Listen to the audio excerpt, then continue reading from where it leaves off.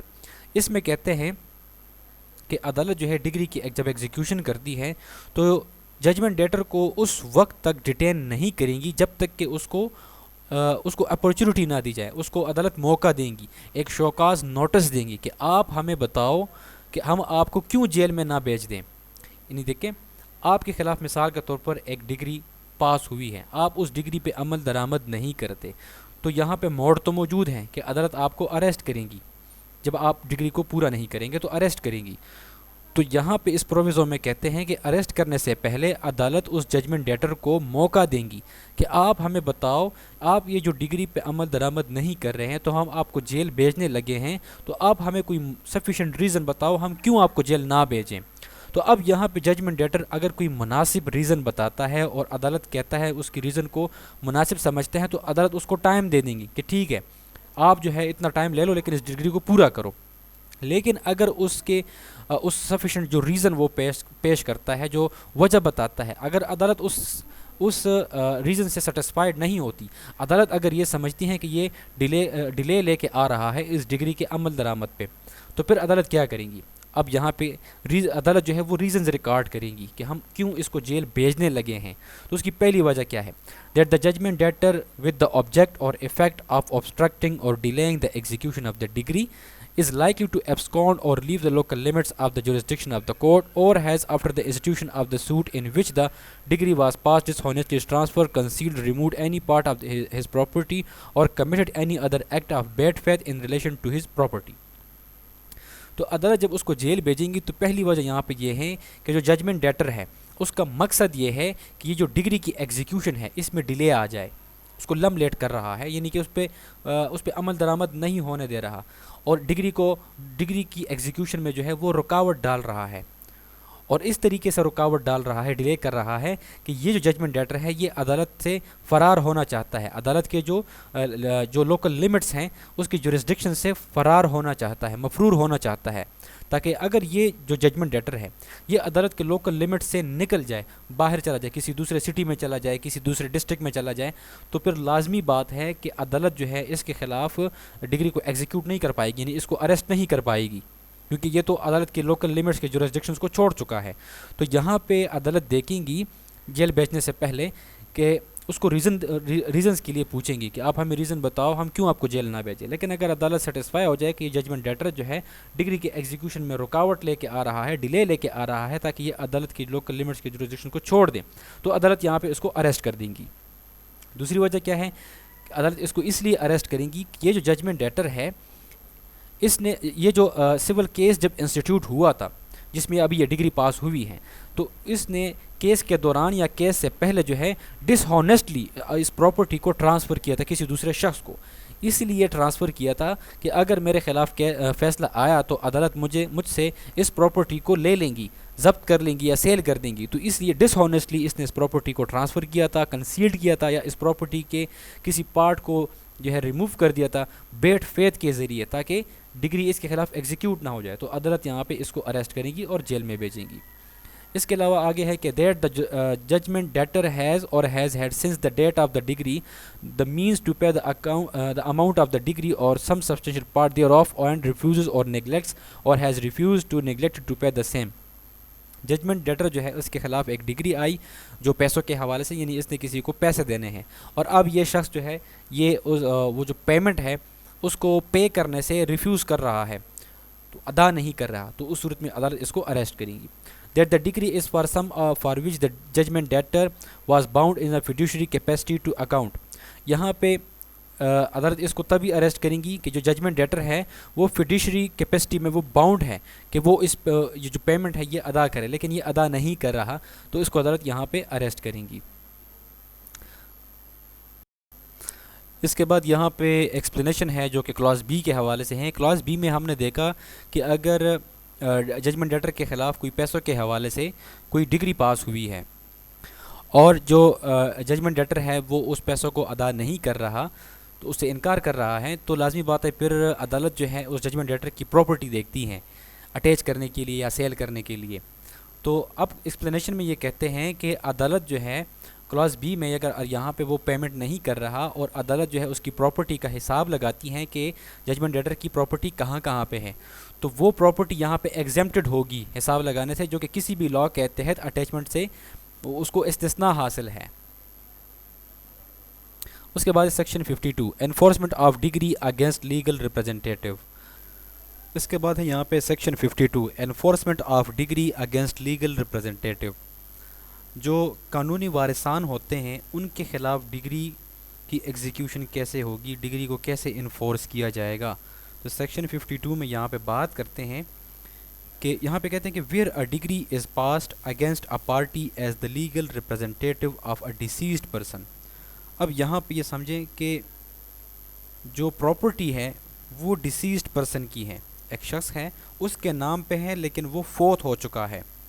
اور اس کے بعد جو فیصلہ آیا تو اس ڈیسیز پرسن کے جو لیگل ریپرزنٹیٹیو ہیں، جو وارثان ہیں، جو لیگل ہیئرز ہیں، ان کے خلاف ڈگری جو ہے وہ پاس ہو گئی۔ دا decree is for the payment of money out of the property of the deceased, اور یہ ڈگری کون سی ہے؟ ڈگری جو ہے وہ پیمنٹ آف منی کی ہے، اور یہ پیمنٹ کہاں سے ہوگی؟ پیمنٹ ہوگی جو ڈیسیزڈ پرسن ہے اس کی پراپرٹی سے، یہ جو پیسے ہیں یہ ریکور کیے جائیں گے۔ تو اب اس ڈگری کو جو انفورس کیا جائے گا تو اس میں کہتے ہیں کہ it may be executed by the attachment and sale of any such property. تو ڈیسیزڈ پرسن کی جو ایسی پراپرٹی ہے تو اس کو اٹیچ کیا جائے گا اور عدالت اس کو سیل کریں گی، اور جو ڈگری ہولڈر ہیں ان کو وہ پیسے مل جائیں گے۔ تو سب سیکشن 1 کو یہاں پہ میں ذرا آسانی سے سمجھا دیتا ہوں کہ ایک شخص ہے، اس کا عدالت میں کیس چل رہا ہے کسی پراپرٹی کے حوالے سے، اس کے خلاف چل رہا ہے۔ اب کیا ہوا کہ اس پرسن کی ڈیتھ ہو گئی جس کے خلاف کیس چل رہا تھا، تو اس کے جو لیگل ریپرزنٹیٹیوز ہیں تو وہ آ کے کیس کا حصہ بن جاتے ہیں اور کیس کو لیڈ کرتے ہیں۔ تو لیگل ریپرزنٹیٹیو کے خلاف جب فیصلہ آیا تو اب جو لیگل ریپرزنٹیٹیوز ہیں ان کے پاس جو ڈیسیز پرسن کی پراپرٹی ہے تو اس ڈیسیز پرسن کی پراپرٹی سے یہ جو ریکوری ہے پیسوں کی یہ کی جائیں گی۔ تو یہ ریکوری سیل کے ذریعے، اٹیچمنٹ کے ذریعے کی جائے گی۔ Sub section 2 where no such property remains in the possession of the judgment debtor and he fails to satisfy the court that he has duly applied such property of the deceased as is proved to have come into his possession, the degree may be executed against the judgment debtor to the extent of the property in respect of which he has failed to satisfy the court in the same manner as if the degree had been against him personally۔ اب یہاں پہ کیا، وہ پہلے ہم نے دیکھا کہ جو ڈیسیز پرسن کی پراپرٹی ہے وہ لیگل ریپرزنٹیٹیو کے پاس آتی ہیں، تو جو ڈیسیز پرسن کی پراپرٹی ہے اس سے یہ ریکوری ہوں گی۔ لیکن یہاں پہ سب سیکشن 2 میں اب یہ کہتے ہیں کہ اگر ججمنٹ ڈیٹر جو ہیں، جو لیگل ریپرزنٹیٹیو ہیں، اس کے پاس ڈیسیز پرسن کی کوئی پراپرٹی باقی نہیں بچتی یا ہے ہی نہیں، تو یہ ججمنٹ ڈیٹر جو ہے یہ عدالت کو سیٹسفائی کرے گا، عدالت کو بتائے گا کہ میرے پاس ججمنٹ ڈیٹر کی جو پراپرٹی ہے کوئی اس میں میرے پاس شیئر نہیں بچا، میرے پاس اپنی پراپرٹی ہے۔ تو اب اگر کوئی پراپرٹی ایسی ہے جس کے حوالے سے اس لیگل ریپرزنٹیٹیو نے عدالت کو سیٹسفائی نہیں کیا، یہاں پہ کہتے ہیں فیلز ٹو سیٹسفائی، عدالت کو سیٹسفائی نہیں کیا اس پراپرٹی کے کسی پورشن کے حوالے سے، تو پھر عدالت جو ہے اسی پورشن سے یہ ریکوری کریں گی جس کے حوالے سے اس ججمنٹ ڈیٹر نے عدالت کو سیٹسفائی نہیں کیا، اور یہ ریکوری ایسے ہی کی جائیں گی اس ججمنٹ ڈیٹر کے خلاف، اس لیگل ریپرزنٹیٹیو کے خلاف، جیسے کہ یہ ڈگری اس کے اگینسٹ پرسنلی پاس ہوئی ہے۔ اس کے بعد section 53 liability of ancestral property. For the purpose of section 50 and section 52, property in the hands of a son or other descendant which is liable under Hindu law for the payment of debt of a deceased ancestor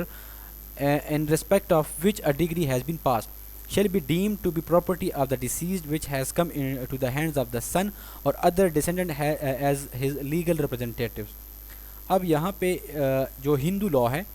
Hindu law کے تحت یہ ہے کہ جب ایک شخص فوت ہو جاتا ہے تو اس کا جو سب سے بڑا بیٹا ہوتا ہے تو وہ اس پراپرٹی، جتنی بھی پراپرٹی ہوتی ہیں اس ڈیسیز پرسن کی، وہ اس کا ہولڈ سنبھال لیتا ہے، وہ اس کا بڑا ہوتا ہے، اس کا سربراہ ہوتا ہے،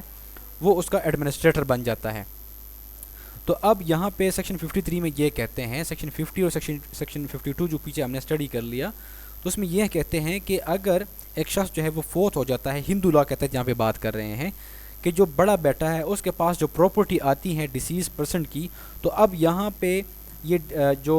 اس کا سن ہے جو بیٹا ہے اس کے پاس جو پراپرٹی آئی ہے ڈیسیز پرسن کی، اس سے ہی یہ ریکوری کی جائیں گی ایز اے لیگل ریپرزنٹیٹیو، کیونکہ پوری کی پوری پراپرٹی جو ہے وہ come to the hands of the son, کیونکہ پوری پراپرٹی جو ہے اس کے بیٹے کے پاس آئی ہے، اور اس کے اگینسٹ یہ لیگل ریپرزنٹیٹیوز ہیں اس ڈیسیز پرسن کا، اس کے خلاف یہ ڈگری ایگزیکیوٹ کی جائیں گی. یہ ہم بات کر رہے ہیں ہندو لاء کے تحت. اس کے بعد یہاں پہ section 54 partition of estate of separation of shares where the degree is for the partition of an undivided estate assessed to the payment of the revenue to the government or for the separate possession of a share of such an estate. State کا مطلب یہاں پہ ہے کہ موضع، جو موضع ہوتا ہے وہ میں آلریڈی بتا چکا ہوں، جو لینڈ ریونیو ایکٹ ہے اس میں کمپلیٹ یہ چیزیں بتا چکا ہوں. اب یہاں پہ بھی میں ڈسکس کرتا ہوں کہ جو اسٹیٹ ہے، اسٹیٹ کا مطلب ہے موضع. موضع یہ ہے، موضع میں ایک بڑا گاؤں ہوتا ہے یا چھوٹے چھوٹے کچھ 2 3 4 مختلف گاؤں ہوتے ہیں. تو اب یہاں پہ اس میں کہتے ہیں کہ اگر ڈگری جو ہے وہ انڈیوائڈڈ اسٹیٹ کے حوالے سے ہے، یعنی اس کی پارٹیشن کرنی ہے، اور پارٹیشن بھی اس لیے کرنی ہے تاکہ گورنمنٹ کو ریونیو اس اسٹیٹ سے پے کیا جائے. ڈگری ہے انڈیوائڈڈ اسٹیٹ کے حوالے سے. اور یا اب یہاں پہ دوسری بات بھی بتائی ہے کہ separate possession of share of such an state, یا جو اس میں اس اسٹیٹ میں مختلف